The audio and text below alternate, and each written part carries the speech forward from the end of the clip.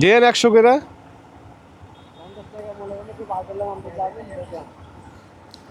আপনি রিক্সা কিনে নেন, হ্যান ত্যান বকর চকর এগুলা।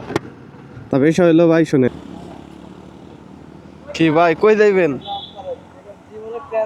তা চলেন, দেন 100 করে।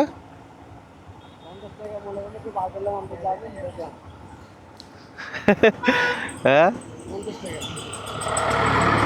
ভাই কত কয়? 50 টাকা কম হয়ে যায়, 60 টাকা হলে ঠিক আছে।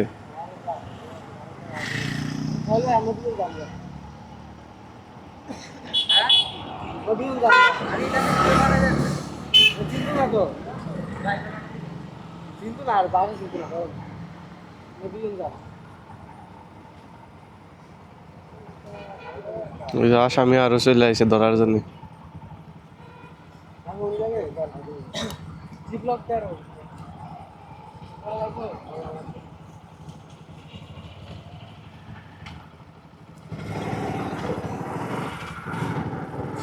দেখছেন না কাহিনী? আমার এর আগে দু একটা ভিডিও আর কি বসুন্ধরার ভিতরকার রাইড শেয়ারের ছাড়া ছিল, তো ওইখানে অনেকেই অনেক খারাপ খারাপ কমেন্ট করছিল যে আপনি রিক্সা কিনে নেন, হ্যান ত্যান বকর চকর এগুলা। তা বিষয় হলো ভাই শোনেন, বসুন্ধরা আবাসিক এলাকার ভিতরে পাবলিক ট্রান্সপোর্ট নাই, ঠিক আছে?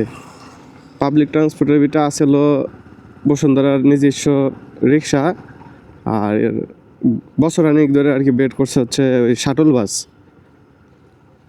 তা এইগুলার মাধ্যমেই আর কি ভিতরে যারা আছে যাতায়াত করে, পাশাপাশি মোটর সাইকেল আছে, এরাও আর কি সার্ভিস দেয় ভিতরে আর কি। যারা দেখা যায় এরা হচ্ছে 90% বা 95% ভিতরে রাইড শেয়ার করে।